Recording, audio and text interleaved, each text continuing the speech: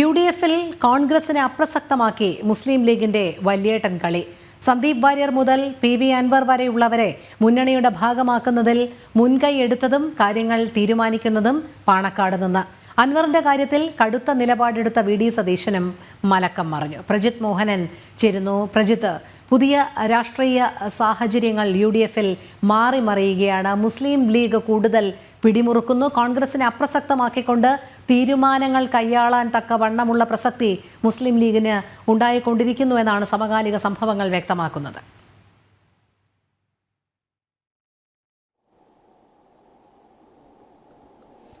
അങ്ങനെ തന്നെയാണ് രോഹിണി. കാരണം കഴിഞ്ഞ തിരഞ്ഞെടുപ്പ് തൊട്ടാണെങ്കിലും ശരി, ഇപ്പോൾ സീറ്റുകൾ ജയിക്കുന്നതിന്റെ കാര്യത്തിലാണെങ്കിലും ശരി, മത്സരിച്ച സീറ്റുകളിൽ കൂടുതലും ജയിക്കുന്നത് അത് ലീഗ് തന്നെ ജയിക്കുന്ന സാധ്യതയുണ്ട്. മലബാറിലേക്ക് അവരുടെ ശക്തി കേന്ദ്രങ്ങളിൽ മറ്റൊരു രാഷ്ട്രീയ പാർട്ടിക്ക് പോലും ഒഴിഞ്ഞു കയറാൻ കഴിയാത്തത്ര രീതിയിലുള്ള ശക്തി പുലർത്തിക്കൊണ്ട് അവർ മുന്നോട്ട് പോവുകയും ചെയ്യുന്നുണ്ട്.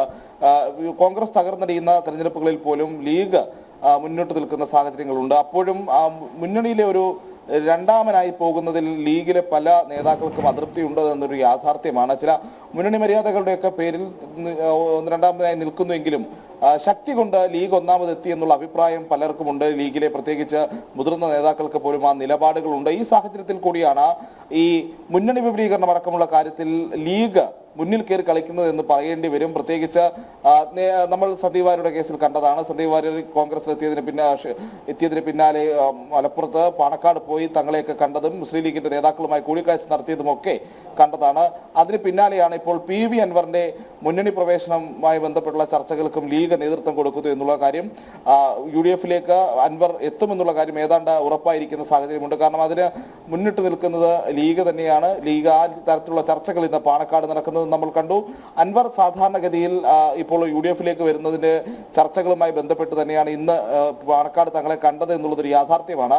അതുമായി ബന്ധപ്പെട്ടുള്ള തുടർ നീക്കങ്ങൾ വരും ദിവസങ്ങളിലും ഉണ്ടാകും. ഇത് കഴിഞ്ഞ കുറച്ചു കാലമായി UDFിൽ ഒരു മുന്നണി വിപുലീകരണ ചർച്ചകൾ അല്ലെങ്കിൽ അതിന്റെ ആവശ്യകതയെ പറ്റിയുള്ള വലിയ ചർച്ച നിലനിൽക്കുന്നുണ്ട്. പലപ്പോഴും കോൺഗ്രസ് കാര്യമായ ഒരു ഇടപെടൽ ഈ വിഷയത്തിൽ ഉണ്ടാകാത്തൊരു സാഹചര്യവും നിലനിൽക്കുന്നു. അപ്പോൾ ഘടകകക്ഷികളാണ് ഈ മുന്നണി വിപുലീകരണത്തിന്റെ ആവശ്യകതയെ പറ്റി ചർച്ചകൾ നയിക്കുന്നത് അല്ലെങ്കിൽ അതിൽ കൂടുതൽ താല്പര്യം പ്രകടിപ്പിക്കുന്നത് എന്നുള്ളതാണ്. അതിന് നേതൃത്വം നൽകുന്നതാകട്ടെ മുസ്ലിം ലീഗാണ്.